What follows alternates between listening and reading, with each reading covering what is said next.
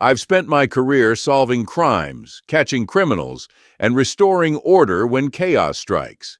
But I never thought I'd find myself in the middle of the kind of neighborhood drama I usually dealt with as a police officer. Before we dive into this intense story, we have a small favor to ask. Drop a comment below and tell us where you're watching from. It's always incredible to see how far our stories reach. Thank you so much. Now let's dive in. My name is Matthew Hayes, and after years of working high-pressure police assignments, I was ready for a peaceful life.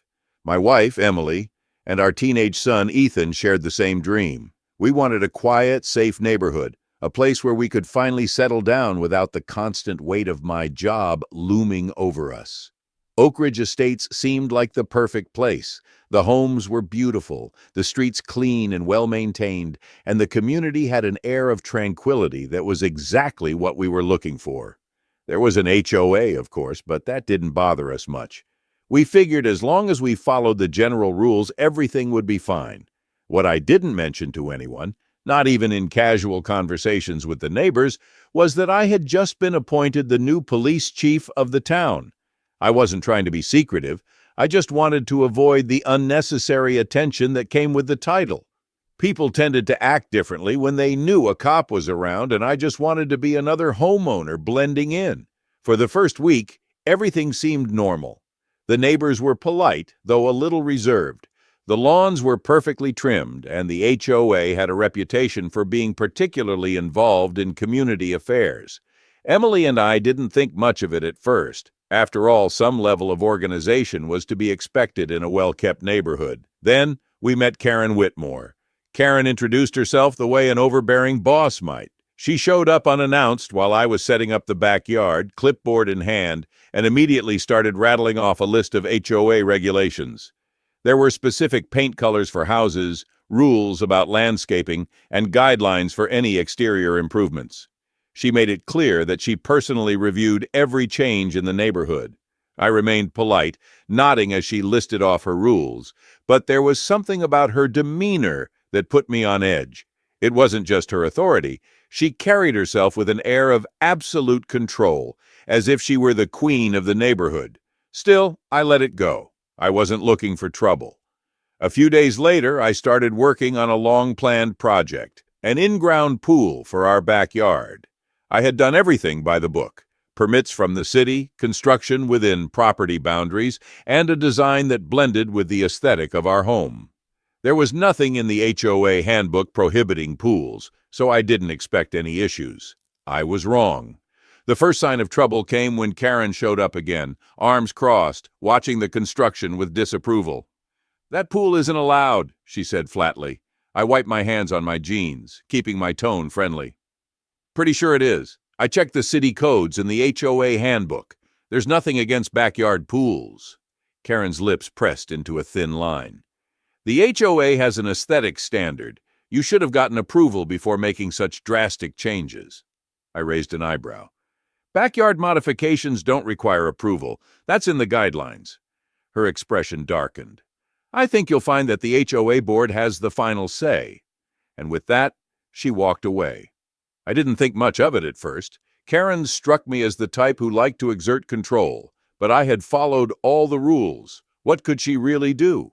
2 days later, I received a formal letter from the HOA stating that my pool violated community regulations and needed to be removed immediately, or I would face daily fines.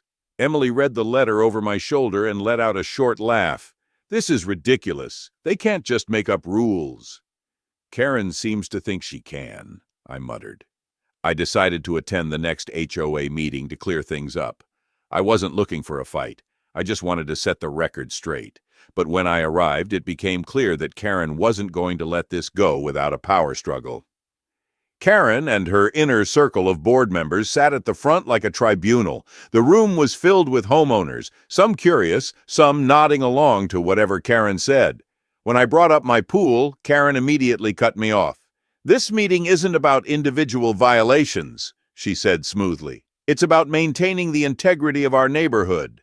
A few people murmured in agreement. I kept my tone even. "Then let's talk about that. The handbook doesn't prohibit backyard pools. If the HOA wants to enforce new rules, They need a community vote. You can't retroactively ban something just because you don't like it." Karen scoffed. "We have discretionary authority." "Not over city laws," I countered, "and city permits override HOA preferences. I'm following legal guidelines." A tense silence followed. Karen's face tightened with frustration. She knew she couldn't challenge city regulations, but she wasn't about to back down. "You're new here, Mr. Hayes," she said coolly. "You should be more respectful of how we do things." I smiled slightly. "Respect is earned, Karen, and so far all I've seen is an HOA trying to bully homeowners into following rules that don't exist." Karen glared at me, but she said nothing more. The meeting moved on, but I knew this wasn't over. I just didn't realize how far she was willing to go to get her way. A few days later, I finally got to enjoy my backyard the way I had envisioned. The pool was complete, the water crystal clear, and the sun reflected off the surface in a perfect shimmer. Emily sat nearby with a book, and Ethan was floating lazily on an inflatable raft. For the first time since moving in, I felt at peace. That was until I saw Karen storming down the sidewalk toward my yard. I sighed. "You've got to be kidding me." Emily looked up from her book, following my gaze. "What now?" Before I could answer, Karen marched straight into my backyard, her face red with fury. I sat up, placing my drink down. "You've ignored the violation notice," she seethed. "That pool should not be here." I exhaled slowly, keeping my composure. "Karen, we've been over this. The city approved it. The HOA handbook doesn't prohibit pools. This conversation is over." But Karen wasn't having it. Her eyes darted toward the pool, and I saw a crazed determination flicker across her face. Before I could react, she pulled something from her pocket, a sharp metal rod, and lunged toward the side of the pool liner. She drove it straight through. A loud hiss followed as water began pouring out, quickly turning into a full-blown stream rushing across the yard. Ethan scrambled off his float, and Emily shot to her feet. I felt my blood boil. "You've lost your damn mind, Karen!" I shouted, stepping toward her. She spun around, her expression a mix of satisfaction and panic. "This is your fault!" she screeched. "You forced me to do this!"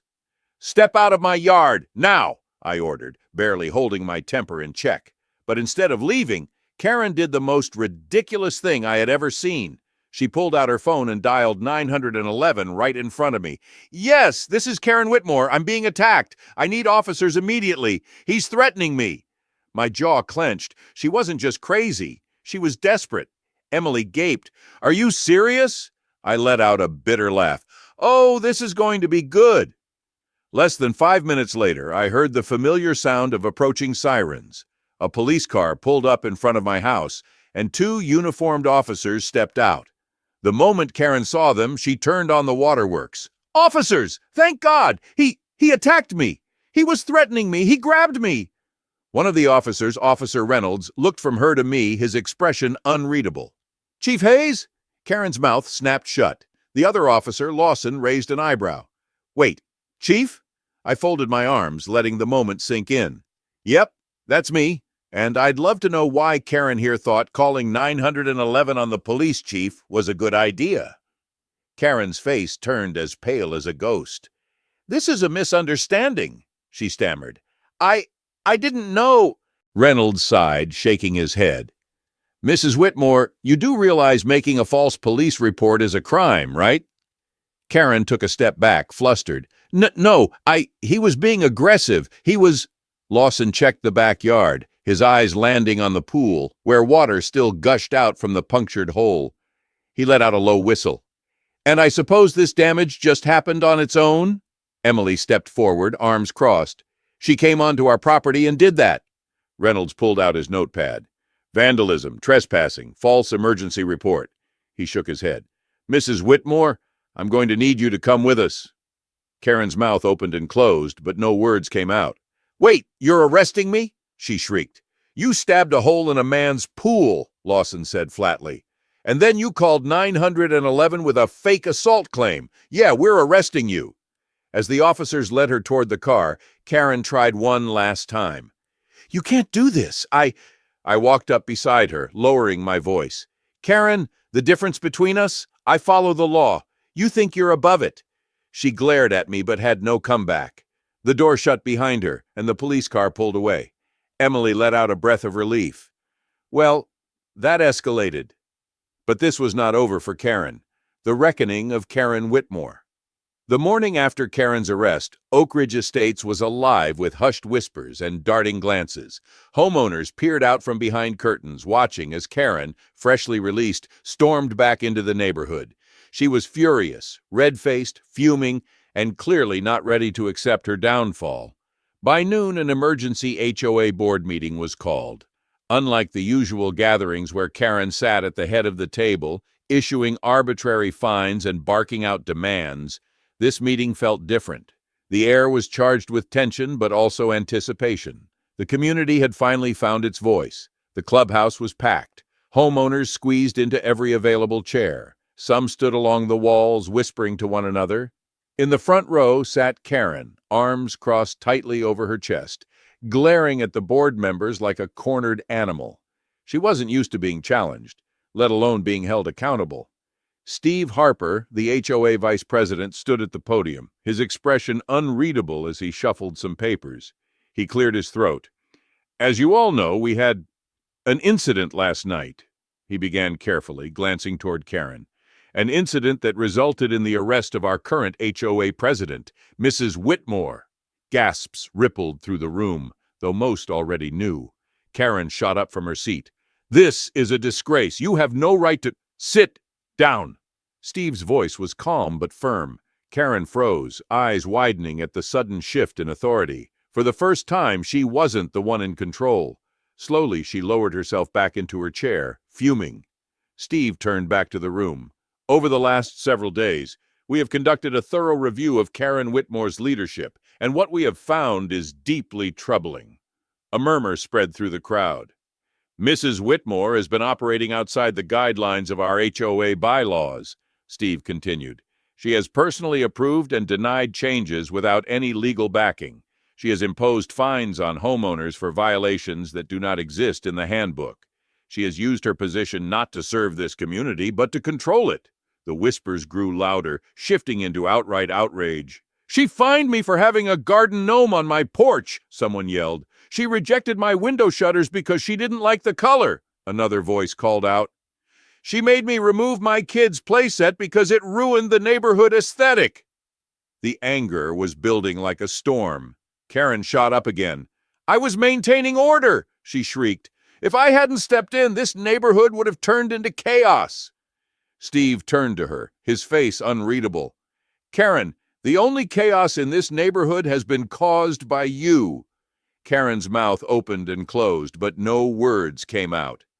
We have reviewed years' worth of complaints, fines, and HOA decisions, Steve continued, gesturing to a stack of files on the table. Many of them were issued under your personal discretion, without approval from the board, without votes from the community. That is not how this HOA was meant to function. Karen clenched her fists. You're twisting things. I did what was best for this neighborhood. Steve let out a slow breath. The homeowners will decide that. He gestured to the audience. Effective immediately. We are holding a vote on whether to remove Karen Whitmore from her position as HOA president. The room erupted into cheers. Ballots were distributed, and one by one people stepped forward, casting their votes into the box. Karen sat stiffly in her chair, her eyes darting around as her once loyal followers avoided her gaze. She had ruled with fear for years, but now that fear had been replaced with something far more dangerous for her. Unity. It didn't take long for the results to come in. Steve unfolded the final ballot slip, exhaled, and looked up. The board has voted 28-1 in favor of removal. A stunned silence filled the room. Then, all at once, applause exploded. Karen's face turned ghostly pale. No, you can't do this to me. Oh, we can, Steve said, stepping aside. Karen Whitmore, effective immediately, you are no longer the president of the Oak Ridge Estates HOA. Homeowners cheered. Some clapped, others laughed in relief. Karen shot up from her chair, shaking with rage. You people are blind. You need me. This neighborhood will fall apart without me. Steve turned toward the new ballots. Now we need to elect a new HOA president. Does anyone have a nomination? A voice from the back called, I nominate Steve Harper. A wave of agreement followed. Seconded! Agreed! Steve hesitated, but seeing the support, he gave a nod. If the community will have me, I accept. Another round of applause. The reign of Karen Whitmore was officially over, but as the meeting concluded and homeowners left the clubhouse, I watched Karen. She didn't storm out in a fit of rage. She didn't scream or throw a tantrum. She stood still, her face cold and unreadable. And that's when I knew. This wasn't over, not for her. Karen Whitmore had lost her throne, but she wasn't the type to go quietly. She wanted revenge. And something told me she was already planning it. For a few days, it felt like Oak Ridge Estates had finally rid itself of its tyrant. The air seemed lighter, the neighborhood felt friendlier, and the homeowners, once fearful of absurd fines and Karen's constant meddling, were finally free to enjoy their homes without looking over their shoulders. But Karen wasn't done. She had lost her throne, her influence, and her control, and she wanted revenge. The blackout it started with the lights. One evening, just as the sun dipped below the horizon, the entire neighborhood was plunged into darkness. Street lights flickered and died. Homes that had just turned on their porch lights suddenly went pitch black. The entire power grid of Oak Ridge Estates went down. Emily peered out the window. "Is it just us?" I checked my phone. No service. "No, it's the whole neighborhood." I grabbed a flashlight and stepped outside. Neighbors were already gathering on their lawns, murmuring in confusion. A few tried calling the power company, but every call failed. Then we saw it, spray-painted in massive red letters on the clubhouse doors. "You all deserve this." A chill ran through me. "Oh my God!" someone whispered. We all knew who was behind it. Karen, the roaches, and the rot. The next morning, the power returned, but the relief didn't last long. People started noticing things. Mr. and Mrs. Thompson, an elderly couple down the street, woke up to their entire lawn covered in rotting garbage. The stench was unbearable. The Wilsons, who had been some of the loudest voices in getting Karen removed, found their cars vandalized. Slashed tires, broken windows, and crude insults spray-painted across the doors. And the worst? A few houses, including mine, started noticing an infestation. Roaches, hundreds of them. Inside mailboxes, inside air vents, inside kitchens. No matter how many people sprayed and cleaned, they kept coming. Steve, the new HOA president, called an emergency meeting. Someone is doing this on purpose. Someone? I muttered under my breath. We all know who. The HOA files go missing days passed, and the attacks continued. Karen didn't just want revenge on me. She wanted the entire neighborhood to suffer. Then the HOA records vanished. All of them. Years of homeowner documents, rule books, financial records, gone. Steve was livid. They were locked in a filing cabinet in the clubhouse. Someone must have broken in, another board member said. Yeah, someone. By now, the neighborhood was on high alert. Security cameras were installed. Neighbors patrolled their streets at night. No one had seen Karen, but we felt her presence. Then came the fire. At 2:17 a.m., the clubhouse went up in flames. By the time the fire department arrived, it was too late. The building, the heart of the community, was nothing but ashes, and scrawled across the last standing wall in Karen's unmistakable handwriting, "Hope you enjoy chaos." The cops were called immediately. Karen was missing. Some neighbors swore they saw her leaving town that night. Others claimed she was still around, watching, waiting. But one thing was certain. Karen Whitmore had gotten her revenge. The morning after the fire, Oak Ridge Estates felt different. The once pristine community was now marked by chaos. Charred remains of the clubhouse, vandalized homes, and a neighborhood on edge. Karen Whitmore had made her move, and she had disappeared into the shadows. But she had made one mistake. She thought she was untouchable. The police were already investigating the blackout, the property damage, and now arson. But Karen had been careful. She hadn't been caught on security cameras, and no one had seen her directly commit the crimes. At least, that's what she thought. A few homeowners decided to check their security cameras again, not just for the fire, but for anything strange in the days leading up to it. And then they found something. On the night of the blackout, a figure was caught on a back alley camera carrying bolt cutters. The footage was grainy, but there was no mistaking the shape of Karen's stiff, determined walk. More footage surfaced. A camera at the edge of the neighborhood caught her slipping into the HOA clubhouse late at night, right before the records vanished. Another caught her old car creeping down a side road near the Thompsons' house, hours before their lawn was covered in garbage. And the best evidence? A hardware store security video showing Karen buying spray paint, pest control chemicals, and industrial-strength glue. She had covered her tracks, but not well enough. The manhunt begins. Detectives put together the evidence, and within 24 hours an arrest warrant was issued for Karen Whitmore. But she was gone. Neighbors swore they saw her car speeding out of Oak Ridge Estates the night of the fire. Someone said she had family in another state. Others claimed she was hiding somewhere in town, waiting for the chaos to settle before creeping back in. The cops checked her house. Empty. They tracked her credit cards. No activity. They contacted her family. No one had seen her. She was officially a fugitive. Karen's fatal mistake. For days, nothing. No sightings, no movement. Then a break. A local gas station attendant reported a strange woman coming in late at night, wearing a hoodie, sunglasses, and paying in crumpled cash. She barely spoke, kept her head down, and seemed nervous. The cops checked the security footage. It was Karen. And even better, she was driving a rental car, which meant she had to use an ID to get it. The arrest. A SWAT team was called in after tracking the rental's GPS signal to a rundown motel on the outskirts of town. They surrounded the building before dawn. A detective knocked on the door.